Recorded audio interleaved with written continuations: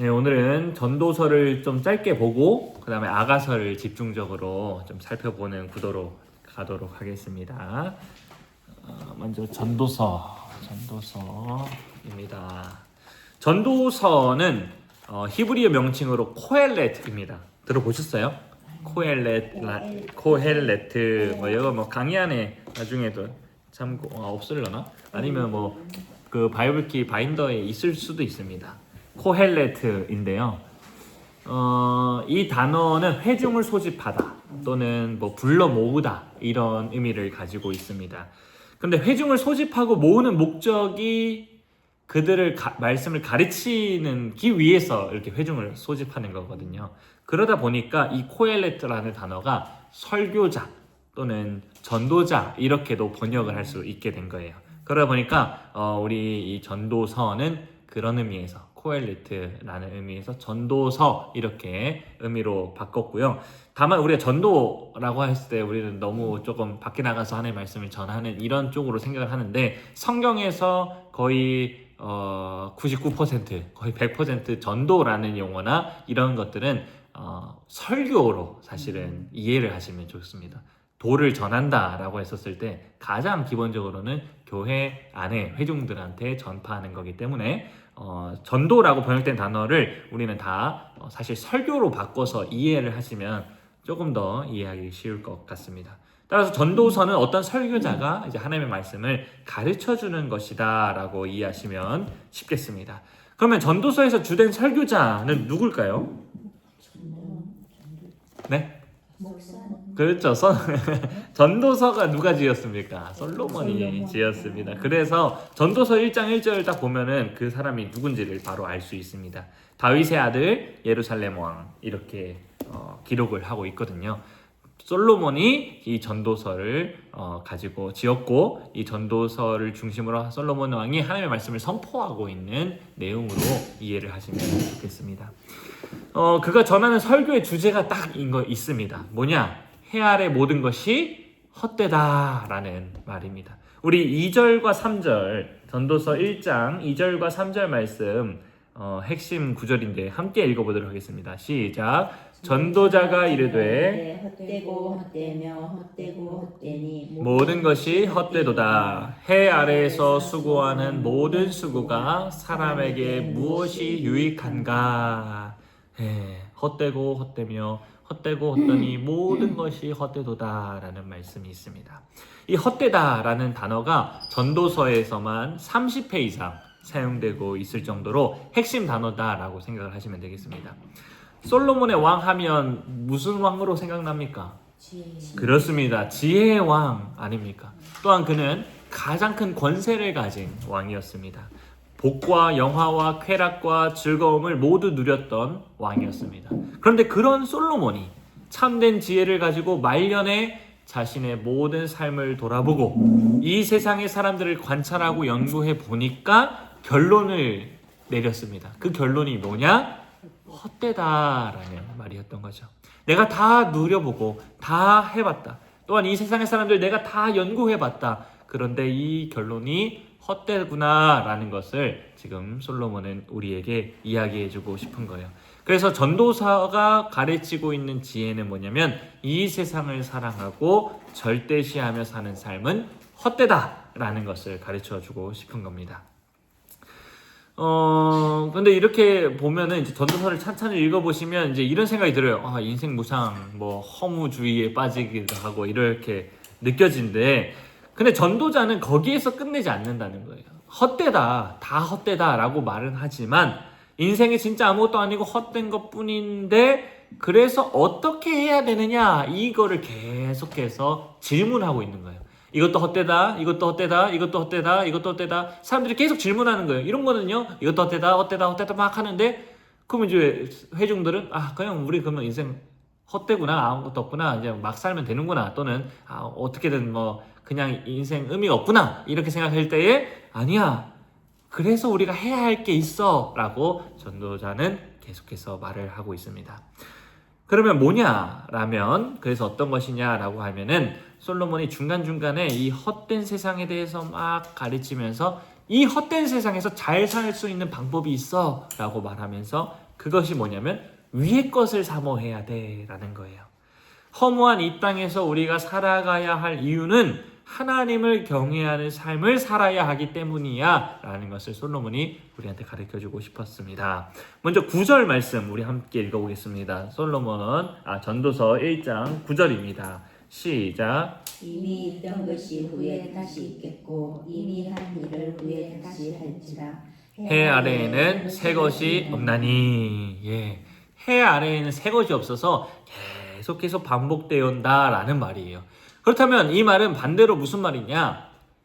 해 위에는 새로운 것이 있다. 계속 반복되지 않는다는 거예요. 이게 우리의 소망이다라는 거죠. 해 아래에 헛된 것밖에 없는데 저 위에는 헛되지 않는 것, 저 위의 것을 사모해야 우리가 이 헛된 세상에서 의미 있는 삶을 살 수 있다라는 거예요. 그래서 전도서의 마지막 결론이 뭐냐? 이 맥락 안에서 한번 전도서 마지막 결론을 찾아보겠습니다. 12장 13과 14절. 12장 13과 14절 말씀인데요. 자, 함께 13절, 14절 읽어보도록 하겠습니다.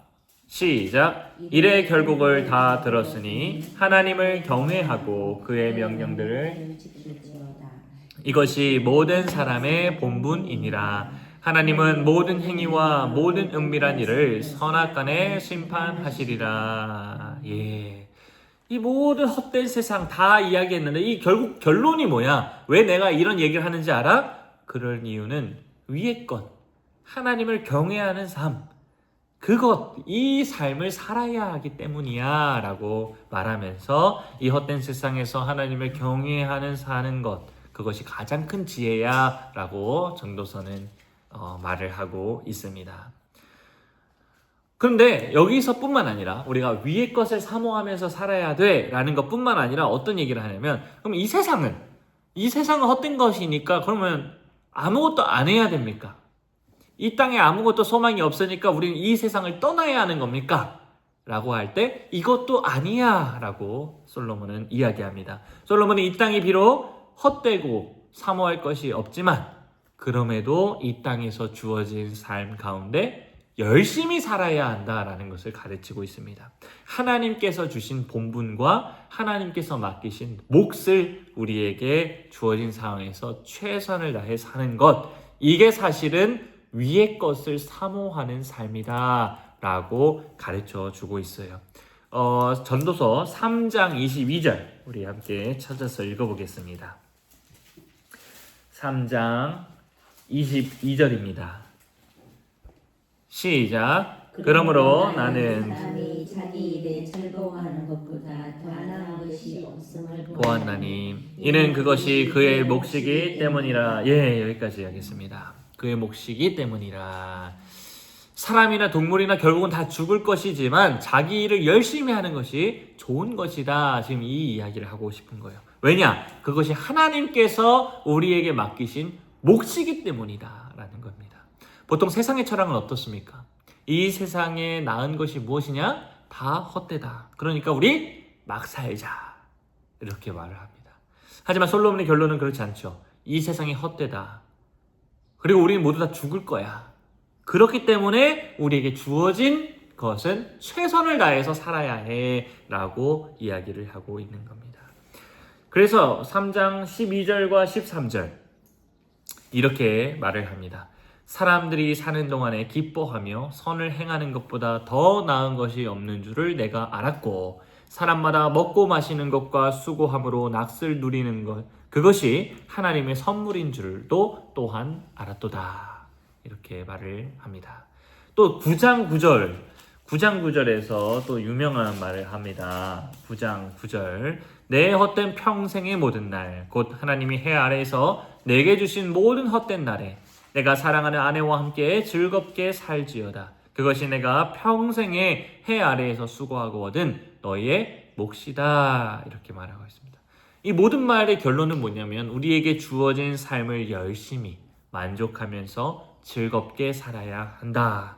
이것을 가리켜서 우리는 문화적 사명 이렇게도 표현을 합니다. 하나님은 이 땅을 버리지 않으십니다. 하나님께서는 완성하신 하나님 나라는 새 하늘만 있는 것이 아니라 새 땅도 있습니다. 하나님께서 창조하신 하늘과 땅을 재창조하실 것이죠. 그러다 보니까 우리는 이 땅을 회복시키는 문화적 사명을 감당하며 살아야 하는 것이고 이게 그리스도인답게 사는 것이다 라는 거예요. 그러다 보니까 전도서는 양극단을 조심하라고 말을 하고 있습니다. 하나는 이 땅이 어떻게 되면 잘 살 수 있을까? 더 누릴까? 라는 생각을 하면서 이 땅을 사모하는 모습을 조심하라. 그러니까 아까 위의 것을 사모하라는 말과 일맥상통하는 것이죠. 어떻게 하면 이 세상에서 잘 살 수 있을까? 이런 고민하지 말고 이 땅을 사모하는 그 모습을 조심하면서 살아야 해 라고 가르치는 겁니다. 또 하나는 뭐냐?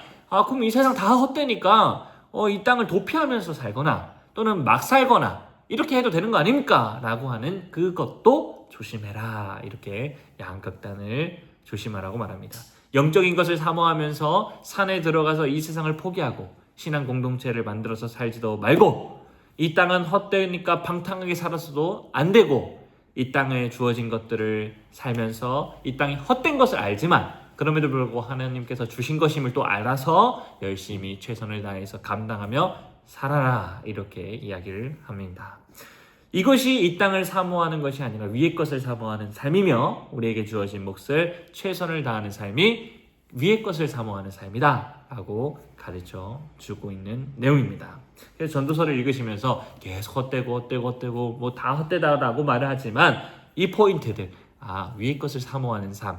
근데 그 위의 것을 사모하는 삶이 이 세상에서 아무것도 안 하는 거나 또는 막 살거나 이런 것이 아니라 이 세상에서 하나님께서 주신 목 그것을 최선을 다해서 사는 것. 이게 전도서가 우리에게 가르쳐주는 내용이다 라고 이해하시면 좋겠습니다. 자, 전도서는 이제 조금 짧게 제가 했고요. 오늘은 이제 아가서에 대해서 조금 더 깊이 이야기를 나눠보고자 합니다. 아가서는 영어로 Song of Song 이렇게 이야기합니다. 그러니까 노래 중에 노래다 이렇게 하고요. 이거를 의역하면 어떤 거냐면 아름다운 노래 중에 노래라는 말은 진짜 최고의 노래, 아름다운 노래 이런 의미입니다. 그만큼 아가서를 읽으시면 아름다운 노래고 사랑이 담겨진 노래다라는 것을 알 수 있는데 안타깝게도 우리가 아가서를 읽으면 도통 무슨 말인지 알지를 못하고 어렵더라.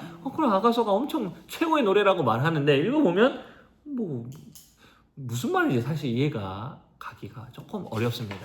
뭐 달락달락 어떤 단어는 뭐 고급진 언어 사용했네라고 우리가 뭐 생각할 수 있는데 그래서 무슨 말인지 사실 이해하기가 어렵습니다. 왜냐하면 이 아가서는 특별하게 더 노래다 보니까 시편도 우리가 좀 해석하기 어려운 부분이 동사라든가 이런 운율들을 맞추다 보니까 우리는 문체로 번역을 할 수밖에 없지 않습니까? 이해하기 쉽게. 근데 그러다 보니까 막 추측을 해야 돼요. 이게 이제 이게 한 문장으로 만들어져야 되는데 이게 완성된 문장이 아니라는 거예요.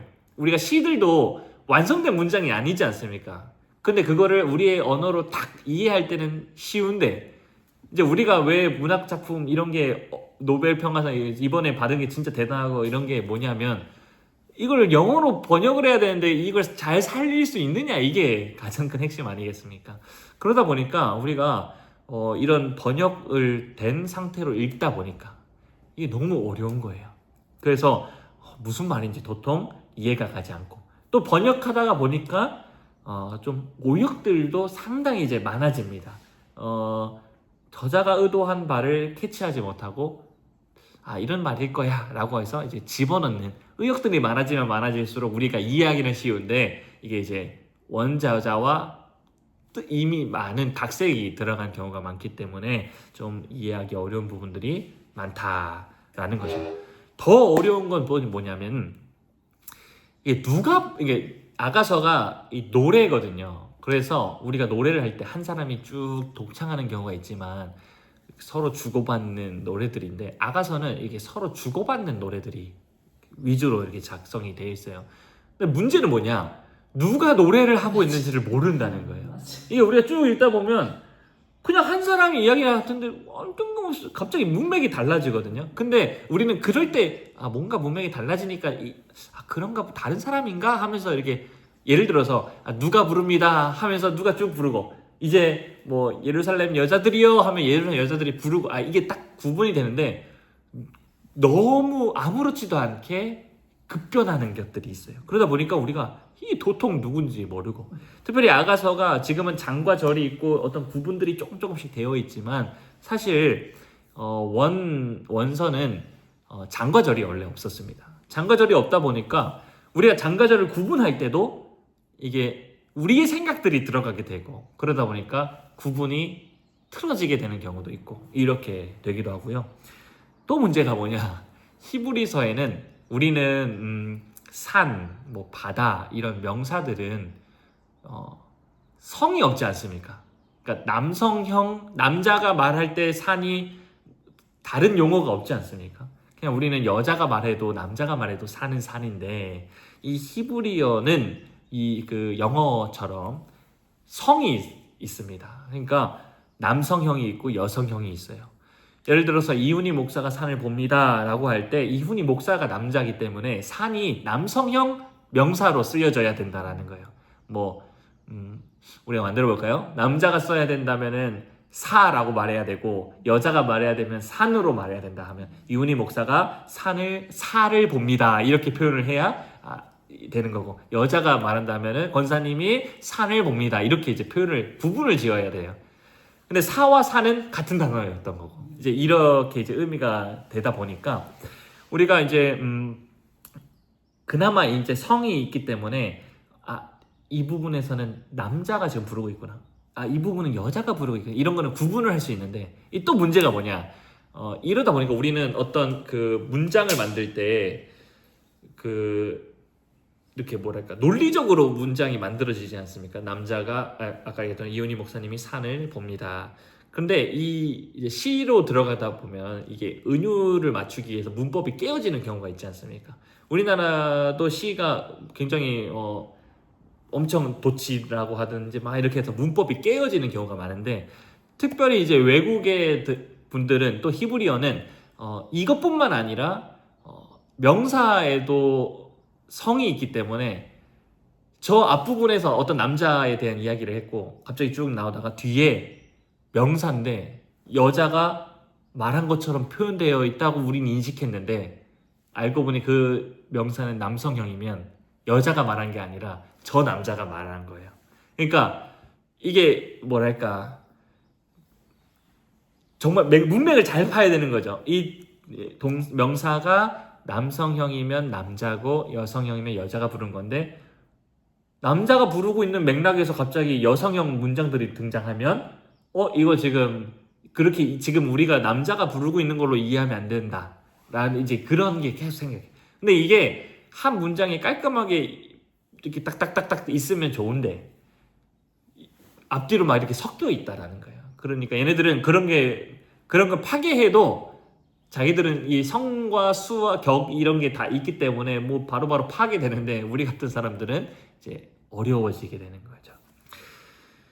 더 문제가 또 있는데 뭐냐, 히브리어가 원래는 자음밖에 없었어요. 무슨 말이냐, 우리가 솔로몬 하면 시옷, 리을, 미음 이렇게 있지 않습니까? 그러니까 그 히브리어에 쓸 때는 시옷, 리을, 미음 이렇게만 적혀 있는 거죠. 그래서 나는 그걸 쓸 때 솔로몬이라고 생각하고 쓴 거죠. 자음 퀴즈 하듯이. 근데 시온, 리을, 미음을 봤는데 어떤 사람들은 그것을 술람미라고 읽는 거죠. 맞죠? 모음은 누가 붙이든지 이제 다행이니까.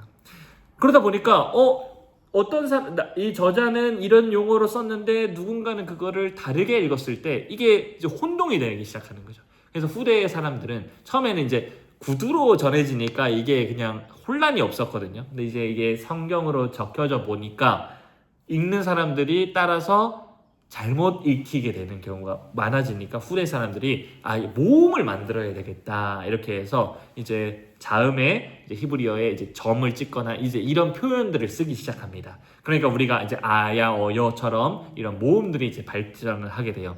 그러니까 사실 우리가 실제로 솔로몬이라는 단어와 술람미라는 단어가 자음이 똑같거든요.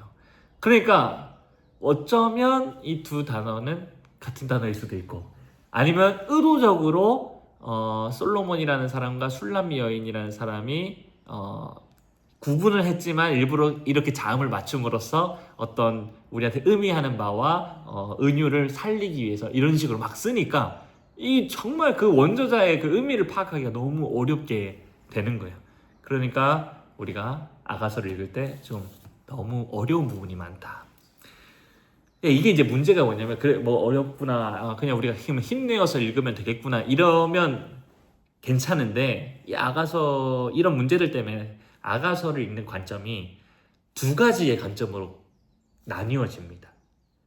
첫 번째 관점은 뭐냐면, 이 아가서가 솔로몬과 술람미 여인 간의 사랑 이야기. 이거 많이 들어보셨습니까?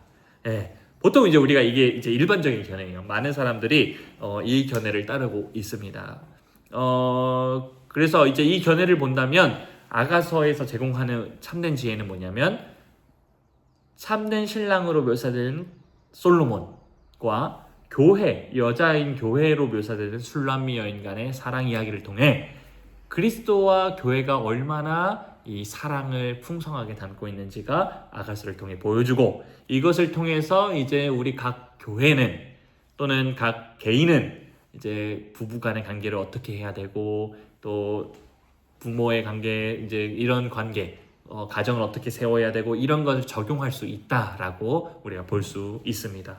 또한 우리 그 바이블키에서 제공하는 이 아가서의 내용은 아마 이런 견해로 이야기를 할 것입니다. 제가 이제 이 견해를 이야기를 굳이 하는 이유는 다른 견해가 또 있다라는 말이겠죠. 다른 견해는 뭐냐면, 이것과는 또 너무 상반된 견해인데요. 솔로몬과 술람미 여인과 목자라는 어떤 사람이 등장하는데, 이 세 인물 간의 삼각관계로 이 아가서를 보는 겁니다. 이렇게 보면은 이제 문제가 뭐냐면, 이 솔로몬은 나쁜 놈으로 보는 거예요. 그 다음에 목자가 있고 술람미 여인이 있는데, 목자랑 원래 술람미 여인이 사랑의 관계를 맺었는데, 솔로몬이 이 술람미 여인을 꼬시는 거죠. 그래서 이 술람미 여인이 솔로몬한테 넘어갑니다.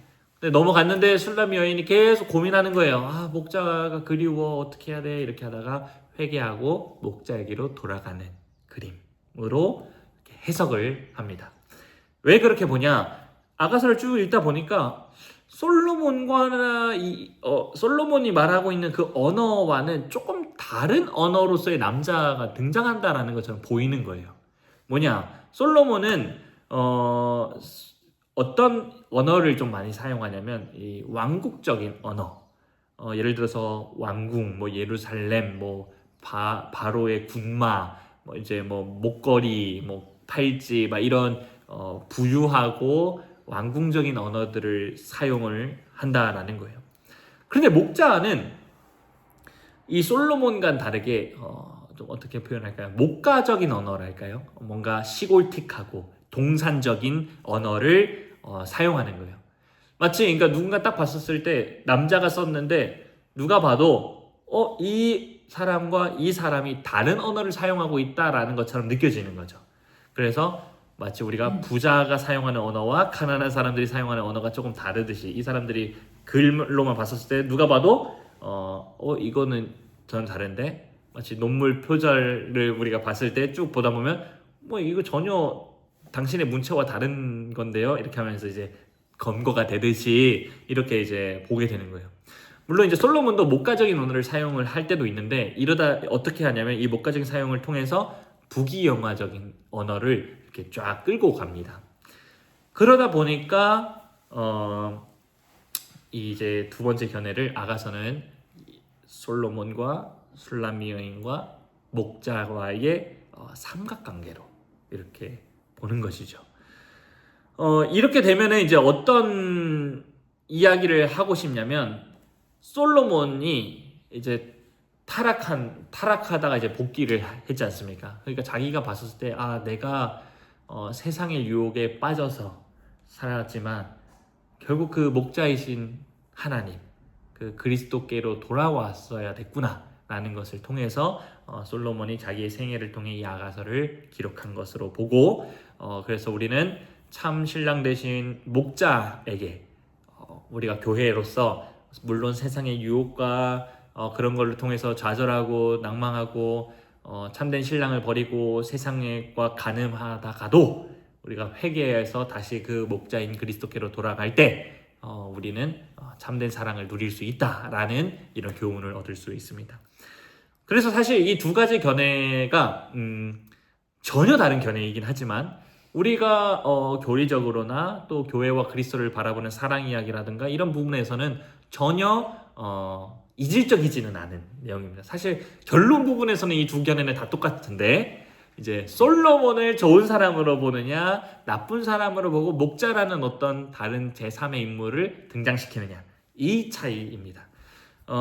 그래서 어느 견해를 보더라도 사실 다 괜찮고 또 어떻게 보도 왜냐면 이 1번 견해로 아가서를 읽으라고 하면 그렇게 보여요. 그 다음에 2번 견해로 아가서를 읽어보라고 하면 또 그렇게 보여요. 그래서 저는 이 두 견해를 다 지지하고 또 이 두 견해에 대해서 뭐 이렇게 보도 되고 저렇게 보도 되고 생각이 듭니다. 그리고 또 이 두 견해가 다 그리스도 중심적으로 잘 보고 있기 때문에 저는 다 존경하고 존중하고 그 말씀에 어떤 견해를 보더라도 아멘으로 받아들일 수 있습니다. 아마 이 두 견해는 우리가 천국 갔을 때야 비로소 논쟁이 끝나지 않을까 이렇게 싶은데요. 다만 제가 이제 오늘은 첫 번째 견해는 우리가 아마 아가서에 대해서 많이 좀 공부를 했고 우리 같은 수준이면은 조금 많이 아실 거라고 생각을 해서 제가 두 번째 견해에 대해서 좀 오늘은 좀 소개하는 시간을 갖도록 하겠습니다. 그래서 제가 이 아가서를 드리기 앞서서 이걸 드렸지 않습니까? 이거를 나중에 또 한번 구체적으로 제가 이거를 좀 살펴볼 건데요. 아가서를 그 전에 먼저 아가서가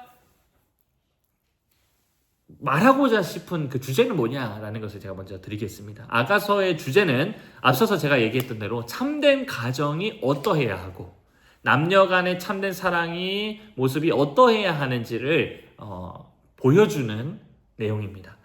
근데 이런 모습은 결국 그리스도 안에서 하나님과 우리 사이에게 적용을 할 수 있고요. 맞죠? 아까 그리스도와 교회의 사랑 이야기로 우리가 적용해야 된다 했습니다.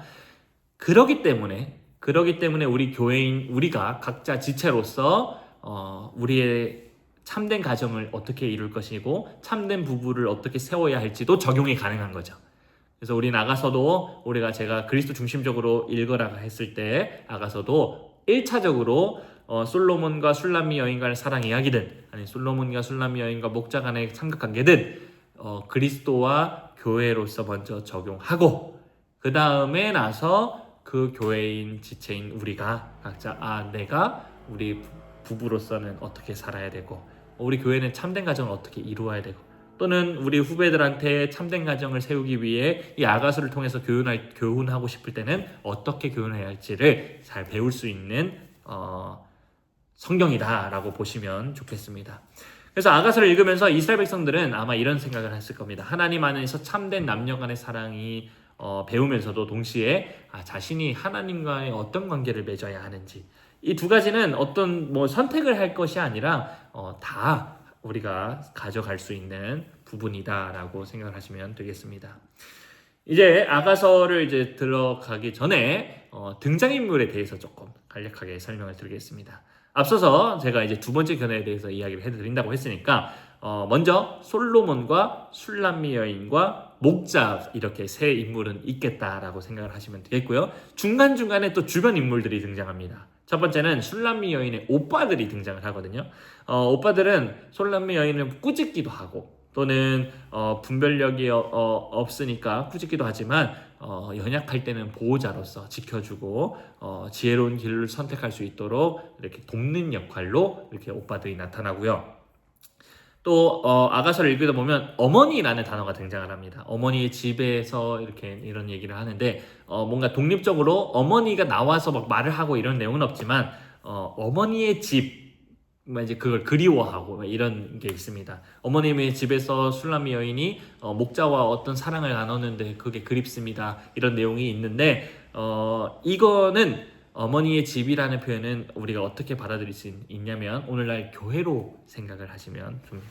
교회가 어머니로서 신앙의 자녀들을 잘 양육하고 또 그 안에서 사랑을 잘 누릴 수 있도록 가르치고 이런 역할을 하기 때문에 이제 교회가 어머니로서의 역할로서 이렇게 나타난다 이렇게 이해하시면 좋겠습니다. 또 예루살렘 여인들이 또 나타납니다. 이들의 뭔가 합창단처럼 이렇게 나타나서 이렇게 술라미 여인들의 노래를 술라미 여인이 노래를 할 때 이렇게 되받아쳐주는 역할을 하는데 이들은 어떤 역할을 하냐면 술라미 여인이 자신의 어리석은 선택들을 후회할 때 낙심하지 않을 수 있도록 격려도 하고 또 이렇게 도와주는 끝내 목자에게로 인도를 해주는 이런 역할을 그 예루살렘 여인들이 감당을 합니다. 이 예루살렘 여인들의 역할을 통해서 성도들은 어떻게 이렇게 해야 되는지도 우리가 배울 수 있습니다. 성도들은 우리 성도들 가운데 어리석은 길을 선택하고 혹은 낙심해서 세상의 유혹에 빠져 있는 성도라 할지라도 그들을 격려하고 낙심치 않도록 위로해주고 다시 그 목자인 예수 그리스도께로 인도하기 위해서 이렇게 성도들이 지키고 보호해야 되는구나 이런 것들을 또 적용해보고 배울 수도 있습니다. 자, 이제 본격적으로 아가서 두 번째 견해로 이렇게 살펴볼 건데 이 구절들을 쭉 요약되어 있는 거고요. 이것과 성경을 한번 이렇게 쭉 보시면서 제가 한번 설명을 해드릴 테니까 한번 보시고 나중에 성경을 아가서를 쭉 읽으실 텐데 읽으시면서 한번 두 번째 견해에 대해서도 한번 이렇게 쭉 어떤가를 한번 적용을 해보시면 좋을 것 같습니다. 먼저 1장 1절 아가서 1장 1절은 뭐 서론격이고요. 솔로몬의 아가라 이렇게 이야기를 하고 있죠. 그다음 본격적으로 이제 첫 번째 장면이 등장하는데 이게 1장 2절부터 2장 7절까지 나온 내용입니다.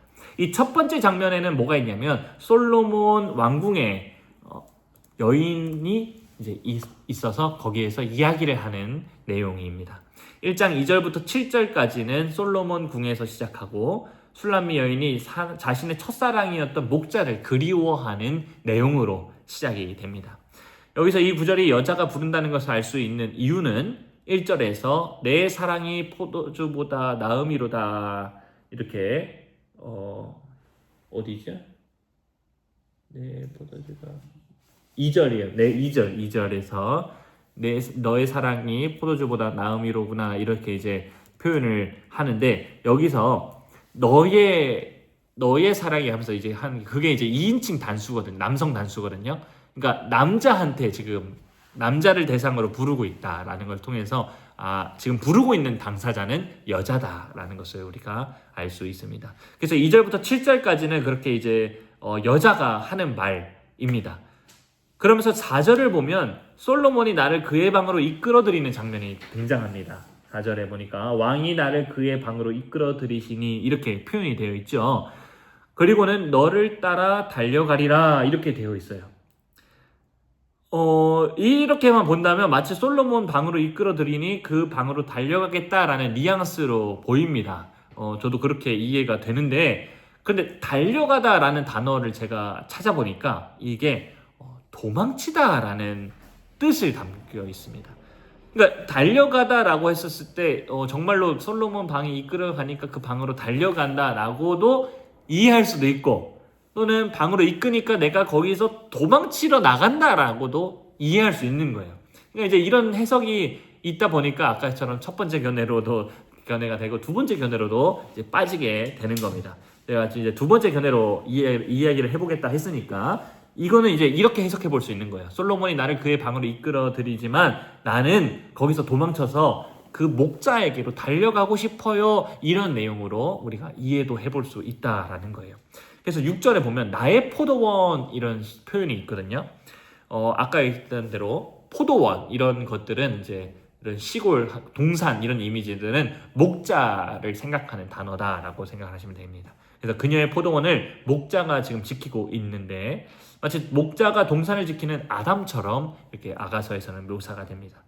근데 여인은 자기의 포도원을 지키는 목자를 버리고 솔로몬을 따라왔다라고 말을 합니다. 그래서 6절에 보니까 내가 지키지 못하였다 이렇게 마무리를 하고 있죠. 그리고는 1장 8절에서 여인들이 합창을 합니다. 우리 한번 8절 함께 읽어볼까요? 1장 8절입니다. 시작. 여인 중에 어여쁜 자야 내가 알지 못하였거든 양떼의 발자취를 따라 목자들의 장막 곁에서 너의 염소 새끼를 먹일지니라. 이렇게 이야기하고 있습니다. 무슨 말이냐? 이 여인들이 술람미 여인에게 그 사람의 그 목자에게로 돌아가야 된다. 지금 이 이야기를 하고 있습니다.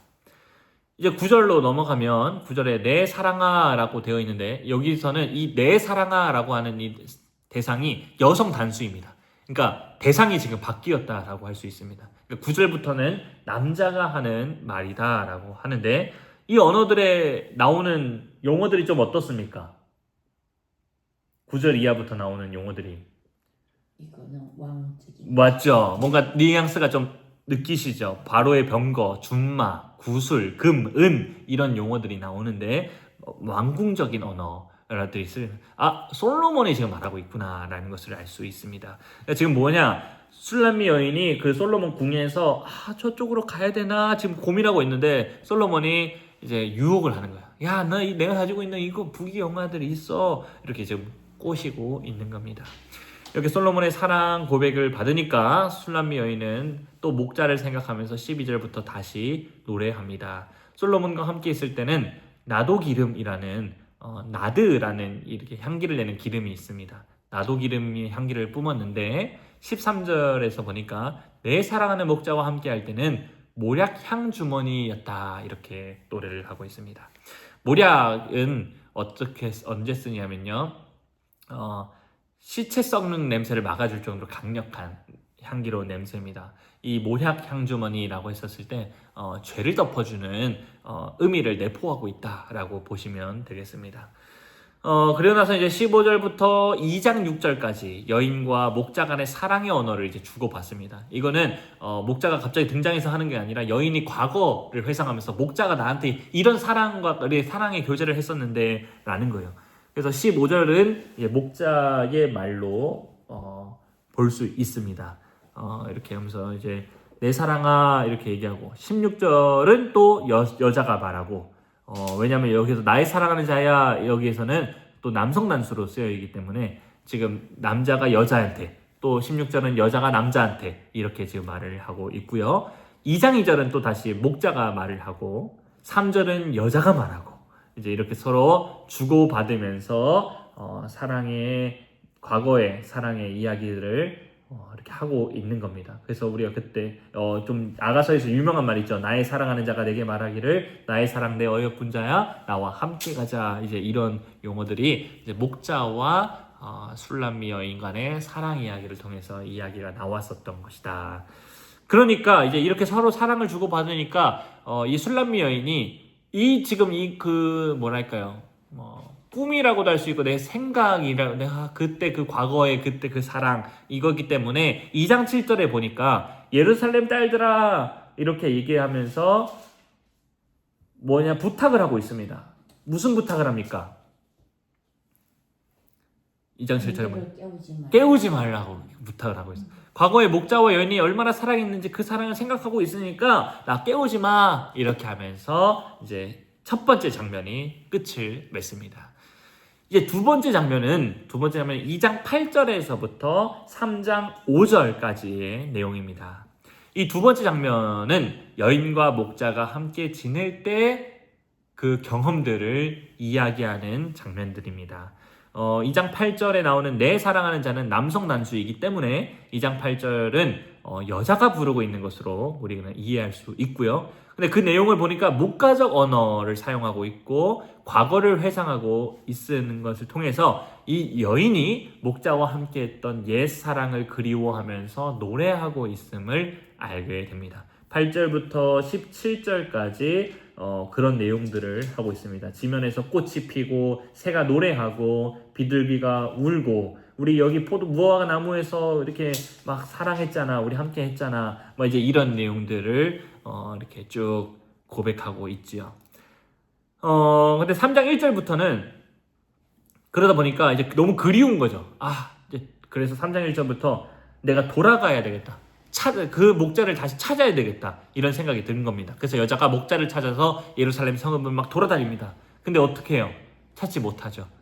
그러다가 3절에서 성 안을 순찰하는 자들을 만나서 내 마음으로 사랑하는 자를 너희가 보았느냐 이렇게 묻지만 그들은 대답을 하지 않습니다. 그래서 4절에서 그 사람들 붙잡고 나 데려다줘. 목자와 첫사랑이 시작된 그 내 어머니의 집까지 데려다줘. 이렇게 말하고 그때까지 당신을 놓지 않겠어. 이제 이렇게 표현을 하고 있는 거죠. 그러면서 5절에서는 아까 2장 7절과 같은 노래의 후렴으로 끝을 맺습니다. 그래서 내 예루살렘 딸들아 부탁한다. 깨우지 말아달라. 이렇게 이제 마무리를 짓고 있습니다. 이제 세 번째 장면은 3장 6절부터 8장 4절까지 쭉 길게 되어 있습니다. 이 내용은 뭐냐? 이 보니까 이제 여자가 어떤 상황입니까? 여자가 지금 막 목자한테 막 가려고 하니까 안 되겠다. 솔로몬이 어떻게든 이제 여인을 꼬셔서 목자를 떠나게 이제 해야 되겠다, 이런 내용이 있습니다. 그래서 솔로몬이 어떻게 여인을 꼬셔서 목자를 떠나게 했는지에 대한 내용이 나옵니다. 그래서 3장 11절부터 나오는 영어들을 보니까 왕궁적인 표현으로 또 나옵니다. 솔로몬이 가지고 있는 영광을 노래하고 있지요. 그러면서 4장 1절부터 15절까지 술람미 여인을 향해서 사랑의 노래를 부릅니다. 4장 전체가 아름다운 여인을 꼬시는 말입니다. 여기서 이제 어려운 거죠. 일반적인 견해, 아까 첫 번째 견해로 봤을 땐 솔로몬이 지금 그 그리스도가 사랑의 언어로 술람미 여인, 곧 교회에게 뭔가 사랑의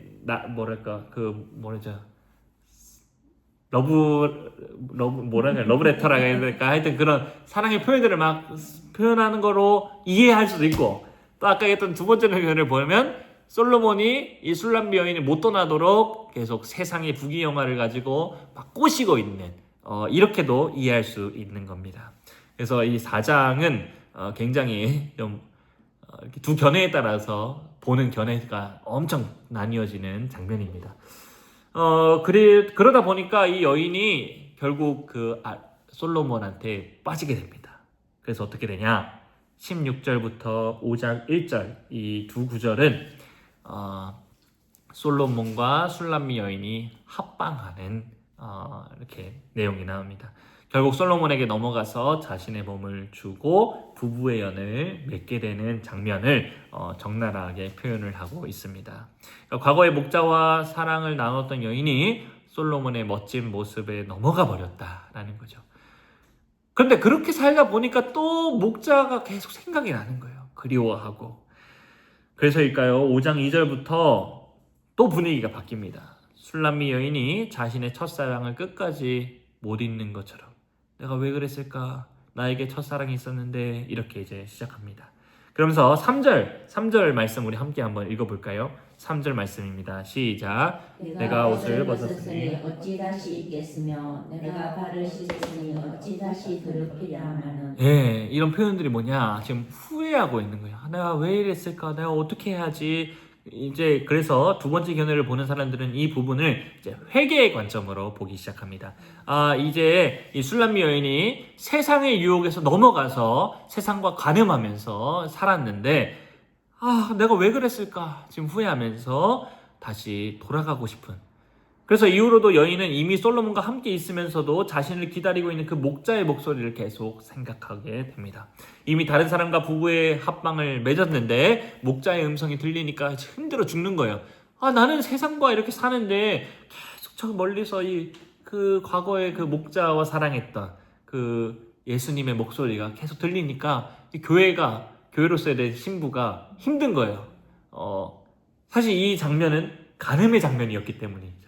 그 간음의 장면에서 계속 그 거룩했던 신랑이 계속 나를 사랑했던 그 장면이 계속 떠올리는 이 장면입니다. 그래서 8절을 보니까 병이 나버렸어요. 예루살렘 여인들에게 목자를 만나거든 내가 사랑해서 병이 났다 말해달라 이렇게 이야기를 하고 있습니다. 그러니까 철저하게 지금 자기가 정말 연약하게 되고 힘이 들고 내가 망했습니다. 내가 죽어야 되는 존재입니다. 이렇게 하면서 철저하게 회개하고 있는 모습이다 라고 볼 수 있습니다. 그러니까 9절에서 예루살렘 여인들이 합창을 합니다. 여자들 가운데에 어여쁜 자야 너의 사랑하는 자가 남의 사랑하는 자보다 나은 것이 무엇인가? 너의 사랑하는 자가 남의 사랑하는 자보다 나은 것이 무엇이기에 이같이 우리에게 부탁하는가? 라고 말을 하고 있습니다. 그러니까 지금 여인들은 좀 더 직면시키는 거예요. 솔로몬보다 목자가 뭐가 맞기에 지금 왜 이렇게 목자를 그리워하면서 병이 났냐 이렇게 되묻는 거예요. 이게 뭔가 목자보다는 솔로몬이 더 낫다라는 내용보다 한번 네가 생각해봐라. 뭐가 지금 네가 계속 고민하고 있는데 목자가 뭐가 낫길래 이 지금 네가 좋아서 온 이 솔로몬과의 결혼 생활이 왜 그러면서도 목자한테 그리워서 힘들어하느냐? 네 둘 중에 뭘 선택할 건데 네가 선택해야 돼. 이렇게 여자들은 질문을 합니다. 그래서 10절부터 16절까지 이제 목자가 어떤 사람이었는지를 이 술람미 여인이 고백을 합니다. 그래서 예루살렘 여인들은 이때다 싶으니까 6장 1절에서 이렇게 말합니다. 여자들 가운데에서 어여쁜 자야 네 사랑하는 자가 어디로 갔는가? 네 사랑하는 자가 어디로 돌아갔는가? 우리가 너와 함께 찾으리라. 이렇게 하면서 내가 그 목자를 이제 함께 네가 고백했잖아. 이제 네가 목자를 선택하기로 네가 결단했지? 그럼 내가 너와 함께 그 목자 찾아가겠다. 같이 가자. 이렇게 이야기를 하고 있습니다. 이 말을 들은 술람미 여인은 2절과 3절에서 그 목자는 여전히 동산을 지키고 있다라고 말하면서 동산으로 가야 되겠다 이렇게 이제 결심을 하게 됩니다. 그러면 뭐 세상이 그냥 내버려 두겠습니까? 목자로 가게 내버려 둘까요? 아니죠. 그러니까 6장 4절부터 또 분위기가 바뀝니다. 솔로몬이 여인을 자신에게로 돌이키는 위해서 유혹을 하기 시작합니다. 이제 솔로몬도 좀 알아요. 얘가 시골틱한 거 좋아하는구나. 이래서 뭔가 언어가 여기서부터는 목가적인 언어가 좀 사용됩니다. 근데 역시나 목가적인 언어들이 결국은 부귀영화적인 언어들로 바뀌면서 술람미 여인에게 계속 유혹을 하는 거죠. 그런데 앞에서는 술람미 여인이 그 4장에서 그 찬란했던 부귀영화로 유혹당한 거를 술람미 여인이 홀라당 넘어가 버렸지 않습니까? 근데 여기서는 반응이 다릅니다. 7장 10절부터 8장 3절까지 단호하게 선포합니다. 내가 들로 포도원으로 가겠다. 내가 그 목자가 있는 곳으로 갈 거야. 이렇게 선언을 합니다. 그럼 이제 마지막으로 마지막 장면이 이제 8장 5절부터 14절까지입니다.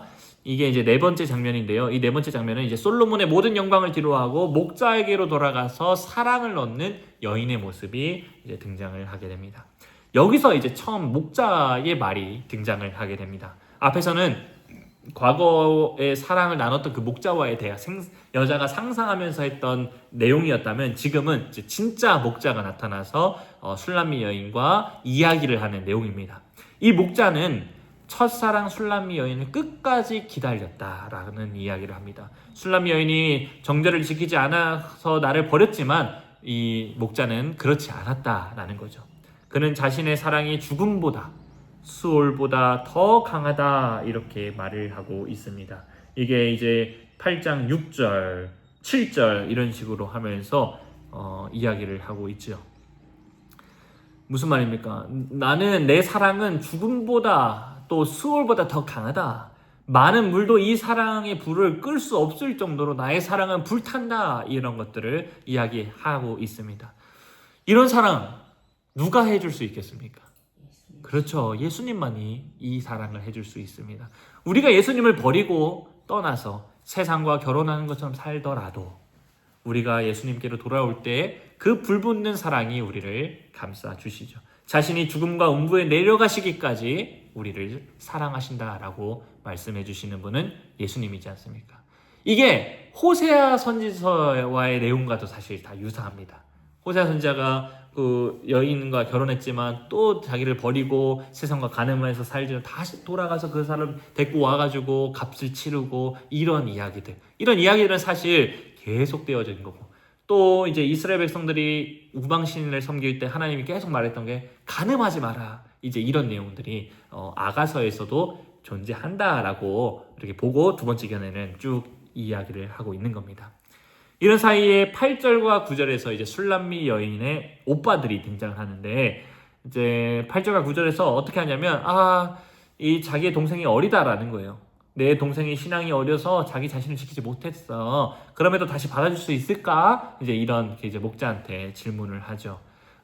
그러니까 이제 거기서 듣고 있던 술람미 여인이 담대하게 대답을 합니다. 우리 10절 한번 읽어보도록 하겠습니다. 8장 10절입니다. 시작. 나는 성벽이여 내 육안은 망대 같으니 그러므로 나는 그가 보기에 화평을 얻은 자 같구나. 네, 이제 자기 스스로 나 이제 신앙적으로 든든합니다. 내 신앙은 성장했습니다. 내 스스로를 지킬 정도로 나는 이제 건강합니다. 목자의 아내로서 이제 영원히 살 수 있고 다른 곳에 넘어가지 않고 내 사랑을 지킬 것입니다. 이렇게 이제 결단의 표현을 하고 있습니다. 그러면서 11절과 12절에서 솔로몬에게 이제 큰 소리칩니다. 솔로몬아, 너에겐 포도원이 많이 있으니까 그것이나 많이 지켜라. 나는 내게 속해 있는 포도원을 지킬 거야. 이렇게 많이 말을 하고 있고요. 여기서 이제 술람미 여인에게 속한 포도원이 목자의 포도원이다라는 것을 우리가 이 전체적인 맥락에서 알 수 있습니다. 그리고 마지막 13절과 14절, 이제 목자와 여인이 사랑의 대화를 하면서 마치게 되는 겁니다. 자, 이게 이제 아가서가 이제 두 번째 견해로 보는 아가서인데, 근데 좀 이해가 됩니까? 목자와 여자가 사랑을 나누는데 세상의 권력자가 이제 부귀영화를 유혹했고, 결국 여자는 그 유혹에 넘어가 버려서 그 첫사랑 목자를 떠나서 세상과 결혼했고, 근데 그 목자가 그리워지기 시작하고 계속 생각이 나고, 그래서 어떻게 하지, 내가 돌아갈 수 있을까 이렇게 하다가 돌아왔는데, 다행히도 그 목자는 여전히 그 여인을 사랑하고 있었고 자신을 기다려주고 있었더라라는 내용. 그래서 그 사랑이 회복되는 내용이 이제 두 번째 견해로 보는 아가서의 내용입니다. 이 내용은 앞서 제가 얘기했던 그 솔로몬의 일생과도 사실은 맞닿아 있거든요. 솔로몬은 처음에 하나님과 아주 친밀한 교제를 누렸습니다. 근데 솔로몬이 그 부귀영화의 눈에 멀어서 가장 지혜로웠던 사람이었던 자가 이렇게 막 무너지게 되죠. 그래서 세상과 버타면서 살게 되고 세상의 왕과 다를 바 없는 존재가 되어버렸습니다. 그런데 그 솔로몬이 자기가 회개하고 돌이켜 보니까 전도서에 헛되구나 라는 걸 깨달았고, 이것을 또 자기를 기다려주고 여전히 나를 사랑하고 있었던 그 목자인 그리스도를 생각하니까 그 사랑의 그 표현으로 아가서를 짓게 되었다라고 이제 이 두 번째 견해로는 이렇게 보는 겁니다. 이 내용은 또 우리에게도 적용해 볼 수 있겠죠. 우리는 예수님을 늘 기다리고 있지만 여전히 또 무너지고 또 세상의 유혹에 빠져서 세상과 합해서 살게 되는데, 이게 이렇게 하다 보니까 또 맞아, 나 이거 잘못된 것 같은데, 이거 아닌데, 이렇게 하지만 그래서 세상에서 끌려가다가 하나님께서 다시 회개할 기회를 주셨을 때, 아니야, 이렇게 잘못됐어, 돌아가야 돼, 이렇게 회개하기 위해서 돌아왔는데, 감사하게도 여전히 예수 그리스도께서는 그 자리에서 우리를 기다려주시고 외면하지 않으시고 받아주시고, 오히려 그 두 번째 탕자의 비유처럼 오는 그 사람에게 기꺼이 찾아가서 우리를 감싸주시고 안아주시고 잔치를 베풀어 주시는 것이다, 이 내용. 그래서 이거는 성경 전체의 맥락에서도 또 우리의 구원에서도 또 이 아가서만 봤었을 때도 전혀 이질적이지 않은 견해여서 제가 이 두 번째 견해도 저는 좋다. 또 첫 번째 견해로도 그걸로도 저는 충분히 우리가 또 그리스도와 교회가 얼마나 사랑하는지, 그리스도가 우리 교회를 얼마나 사랑하는지, 교회는 그리스도를 얼마나 사랑해야 하는지로도 볼 수 있고, 그래서 저는 오늘은 두 번째 견해로 제가 설명을 드렸고, 저는 일단 원어적으로 봤었을 때는 두 번째 견해가 조금 더 그럴 것 같다라는 생각이 드는데 저는 원래부터 첫 번째 견해를 공부하고 배워왔기 때문에 저도 고민은 많습니다. 그만큼 이 첫 번째 견해만큼 두 번째 견해를 내가 이렇게 선택할 수 있을까? 또는 이 두 번째 견해를 또 설교할 수 있을까? 이런 부분은 이제 고민은 됩니다. 왜냐면 우리 모두가 다 사실 첫 번째 견해를 생각하고 살고 교육을 받아왔기 때문에 있는데 혹시나 이런 두 번째 견해를 듣더라도 이상한 무슨 이단 아니가 이런 게 아니라 이 아가서를 보는 큰 견해 두 가지가 있는데 이 견해가 일단 우리가 일반적으로는 지금 우리는 한국에서는 이런 게 좀 주고 저는 또 소수 견해가 있구나라고 이해를 하시면 좋겠습니다. 예, 이렇게 이제 아가서의 참된 지혜가 우리가 사랑하는 분은 하나님밖에 없다. 우리의 참 사랑이신 그리스도와 참된 신랑이신 그리스도와 결혼해야 된다. 이 이야기가 사실 아가서의 주고 그 대상이 이제 솔로몬과 그리스도 교회의 관계를 이렇게 보여주느냐 아니면 목자와 그렇게 해서 보여주느냐는 이제 그렇게 견해가 좀 나뉘지만 사실 결론은 똑같다라는 것을 제가 오늘 아가서를 통해 보여드렸습니다. 예, 이렇게 오늘 마무리하도록 하겠습니다.